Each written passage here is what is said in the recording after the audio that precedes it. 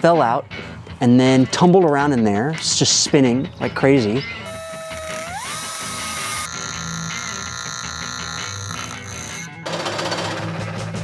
Because I have an arm, be in the way.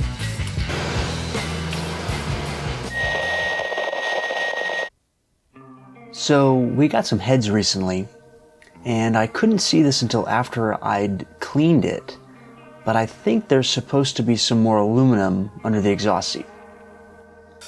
The working theory is that the exhaust seat fell out, tumbled around, creating a big hole in the head, and then somebody just came along and welded a little bit, hoping that it had enough meat in the way to hold it in place. I don't know about you, but it does not seem like there's enough metal for the seat to stay in, or even to transfer heat from the valve. So my dad's gonna weld it up and blend the port to get it back to the original shape. But first, I gotta get this little flap of metal out of the way.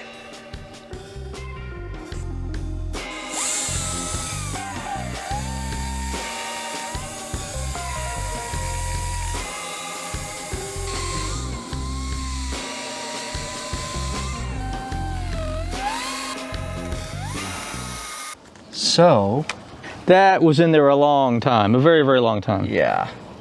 It's really hard for me to show it on the camera, but you can just see, if you look at this one, this seat register, and the port that comes up to it, it's all just, it's very smooth. It looks very nice.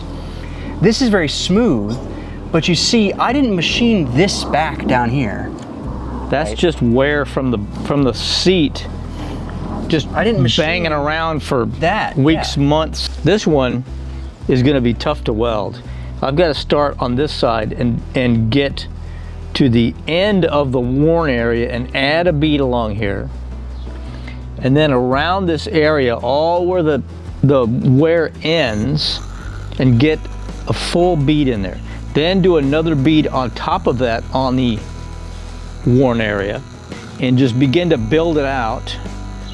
And then add another one and another one until I can get it to where everything's to this ID, approximately, a little smaller than that. Because then you can...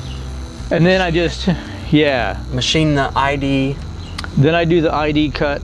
Then I have to top this so that the weld is level with the floor of the roof of the chamber. Yeah, the roof of the chamber.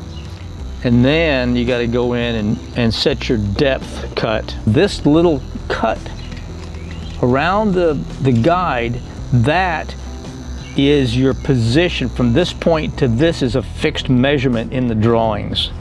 So you have to go from that point to here, and you have to establish that position again. But yeah, it's a bunch of work. It's going to be a lot of work to save this one. Yeah, but the chambers are decent.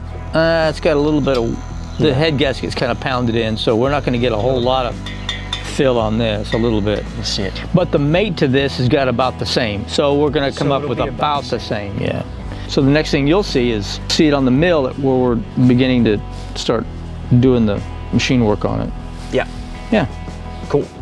Just a tiny bit of work. Oh, just a little bit, just to save this head, this 140. Yeah, it is a 66 140, so oh yeah, they're a little harder to come by than the 65s. And so that's why we're saving it.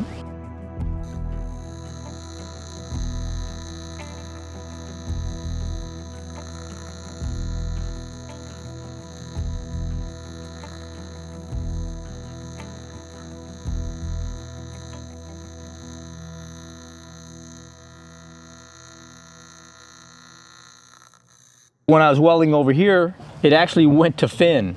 It blew out into the fin, and you could see through the outside where it's filled a little bit. So that's filled up quite a lot. You had to basically build it up from the inside all the way out. Yeah, which was it. You saw when I did the video and on the welding. It was very difficult. The torch is too big. You can't put a smaller torch in because of the amount of heat. I'm running at 320 amps to get the weld done, and a smaller torch would just die. And so I'm actually pushing it beyond, the torch is a 310 amps, so I'm going actually beyond that. But basically at this point what we're doing is just going to fly cut this which will clean everything up and give us that starting point. Okay, so yeah, I'll punch this one out to the diameter, the idea of this as a start to clean that area up, and that'll be the beginning when we start doing the seat work. We'll have to set the depth of this. The seat pocket depth, whatever that is, will then need to be from what, the boss down there? That's what you mentioned before? Yeah, actually, that's which is a weird thing. On these, if you look down inside, you can see that there's a kind of look like an end mill kind of cut. And that's actually the reference for this cut. Right, the lip right there around. Yeah, right next to the guide. That depth from this is the reference depth. And in the drawings, it tells you what that is. And here's the drawing for reference. So if you're not used to seeing engineering drawings, I can make it a little easier for you. You can find that dimension right here. Obviously. I hope that helps. And then when you put seats in and clean the chamber up, it'll just be what it is. It'll be very, very nice. So next we'll probably show, after the guides are in, if it's already been fly cut, after the guides are in, we'll show that. Yeah, we'll show the cut. seat cut and get that squared away. And then we'll show it with the seat in and then the chamber cleaned up and Yeah. turn it into something that's functional. So you had to die grind this a little bit to open it up so that the guide could come out Yeah, when we removed them. when we removed them, so that, because otherwise it might have hit the weld and got jammed up in there and really screwed up the guide bore. But it didn't, because you machined it a little bit. So you cut that back a little bit. Now we're gonna cut it back a lot more. Yeah, I'm gonna open it up 1.1 inch, which is a little bit undersized from the stock, and then I can just blend it at the end when I get the valve job done and all that. So first off, we gotta do is, we gotta line it up on the pilot. We'll just get a piece of crap guide Oh, really? Okay. that we knocked out of something. Yeah. It'll at least start a little bit. And like so. Oh, we got to, let's see, this kind of got rolled over a bit when we drove them out. Well, this is a pretty stupid thing to do, and I don't know how well it's gonna work, but I don't care.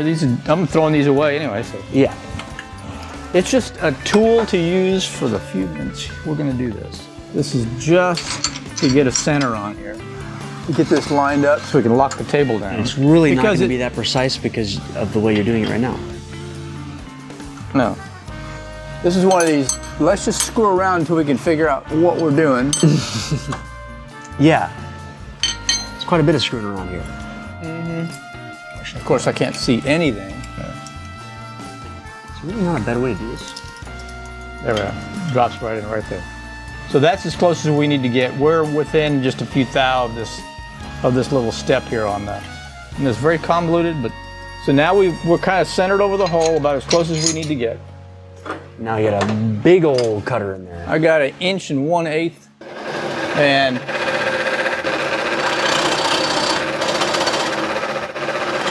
this is not WD-40 this time. no, To that one guy that said WD-40's on oil, we know.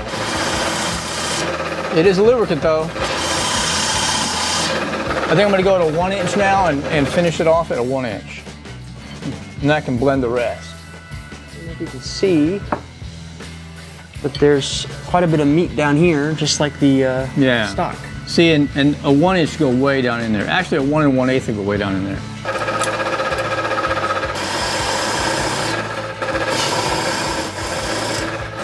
I think that's good right there. Oh, you cut all the way down? Past it? Yeah, most of it. Yeah, the rest can be blended, but at least gets it out of the way and. Like a big cut in there to open it up. Yeah, just a rough cut. I've already established my depth cut for the top of the seat. So I've already end milled that with the ball end mill at that height that's required. So what I'll do is I'm going to use my wonderful 3D cutter. No, it's not 3D, it's adjustable seat cutter. I'll go ahead and cut this down until it just kisses that position. And then once we get that, we'll set our depth cut for the seat and cut that out. And I'm going to switch over to the tooling that cuts the valve seat proper, the shape of the seats, the 3D cutter that's going to give me the 30, 45, and 60 degree angle. We're going to clean this area out. I'll probably also use another one of those cutters, a different setup, to indicate off of this wall, and then I can cut down to simply clear the material out. So when the seat gets installed, there's no material in the way of the seat going in properly. So let's make the cut. And the first is going to be, of course, clear some of the material out. My arm is probably going to be in the way, which is what it is, because I have an arm. It's going to be in the way. There we are.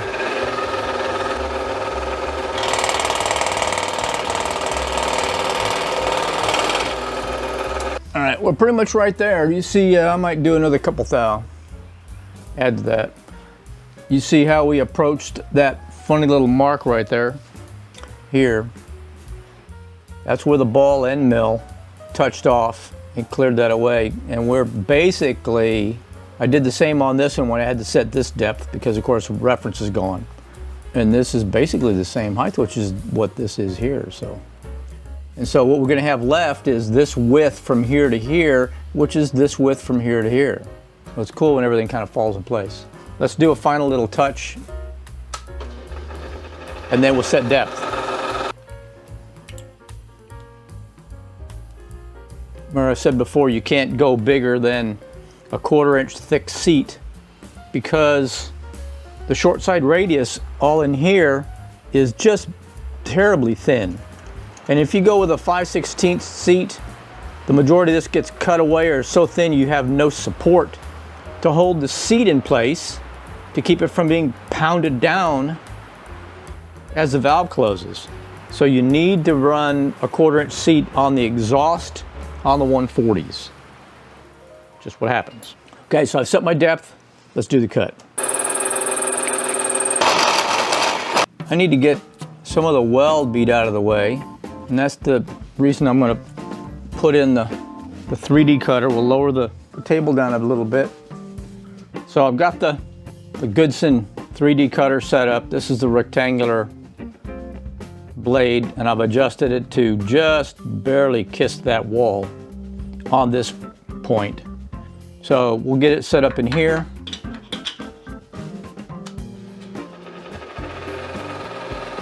Of course, it gets lubrication so the aluminum doesn't stick to the cutter. Because I have an arm, it's going to be in the way. That's it.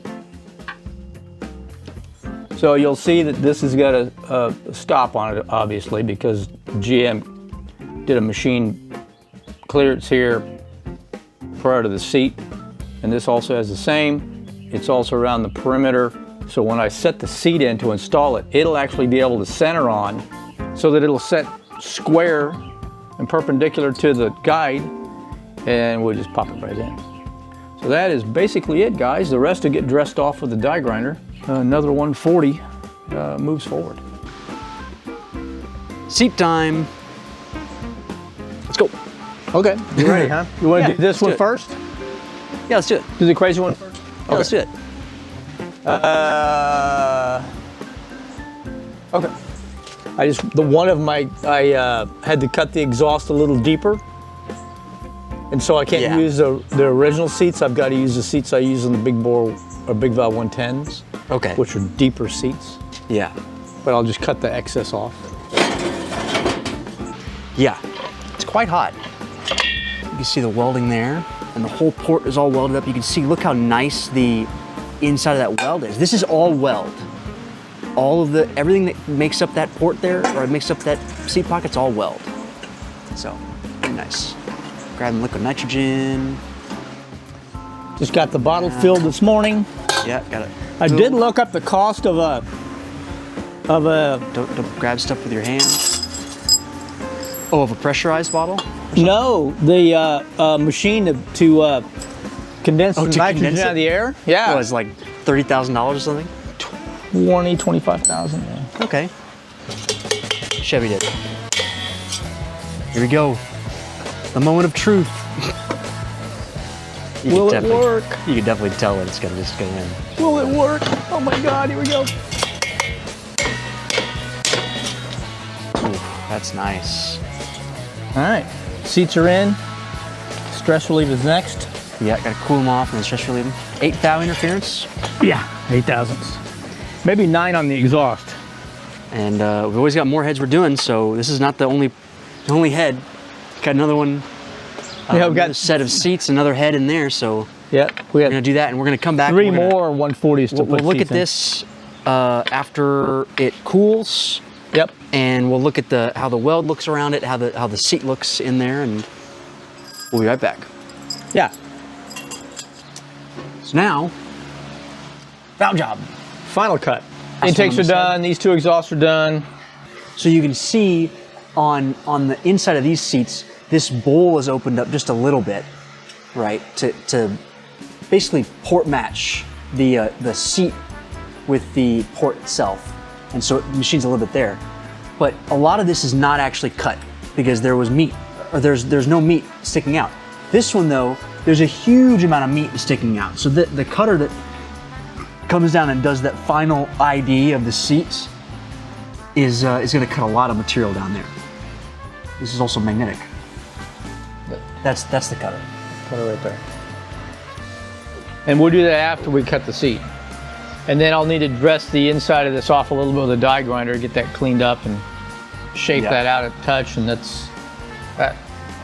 You're not gonna be able to tell. You can tell a little bit. There's a little bit more material here than over here, and a little bit back there. Yeah, and than that'll over here. it'll all get dressed back. But yeah, you just. Now I'm gonna have to do a flashlight. Hope you guys aren't blinded by that.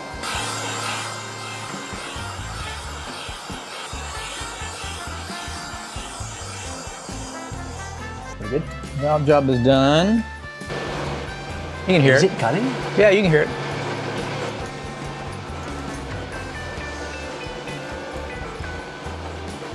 Oh yeah, a little bit. Yeah. And this cutter, as it goes down, will cut a very tiny amount out of the ID of the seat.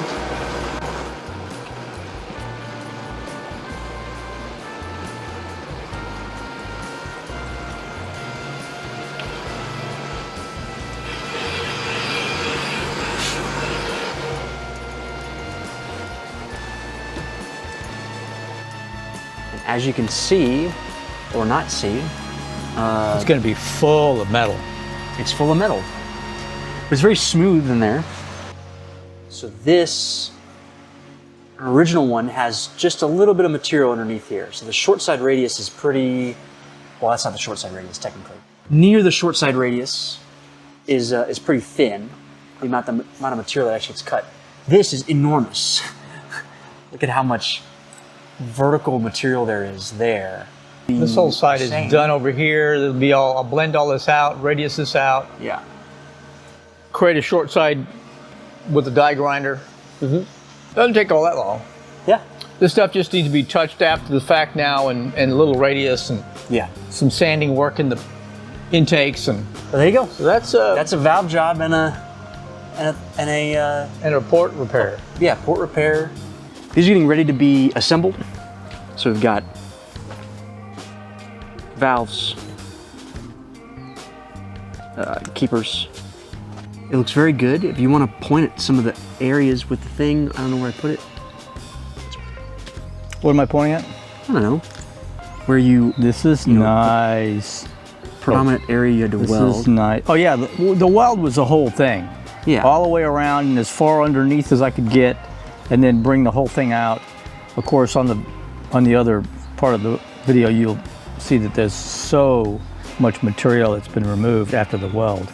Yeah. It could have had a little extra weld in here, and probably a little extra weld in here. It's hard to tell when you're doing it. And it's that's so also it's not- so damn hot. that also doesn't have to do with this No. specifically. So you saw all the different steps to bring it up, and even this was welded up in here. And you can see it's machined out just a nice square edge, and it's very smooth and And if you look whatever. at the short side over here, you can see It's very close to the same exact size as the one on a regular port. Yeah, and there's really no support over here if you go deeper, so you have to leave this at a 1/4 inch. You just have to run a higher interference fit, and then they don't come out. Doesn't matter. On the 110s you can go deeper, but not on this. Yeah, I think most guys, if not all guys, would just toss that in the trash. There's probably somebody that would weld that up and attempt it. If they don't have another good head to... You can see just some of the beads in there. Yeah, and there's a little edge where the bead ended, and you just can't, it's hard to get the torch down in there. Yeah. And because you're actually welding fairly thick aluminum, you can't use a torch that's rated at 50 amp, the little micro torch, because you're gonna burn the tungsten out of it. Yeah. You know, burn the torch up. So you have to use the bigger torch and get in there as best you can and do what you can. Yeah. Pretty cool salvation. Yeah. And this is actually gonna be for a local guy. I think this head came out great. Let me know what you think in the comments. Was this a good fix, or did we just install seats in a doomed head? Let me know. We also didn't talk about the temper of the head. Anyone who knows anything about welding will tell you that when you weld the snot out of something like this, you have to be ready to heat treat it. Otherwise, it's not gonna work like stock.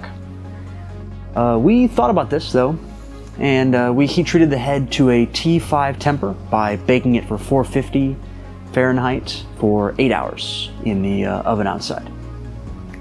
I want to thank you guys for watching, and if you found this video funny or interesting or whatever, please, like, subscribe, comment, whatever. Yeah, we'll see you in the next one.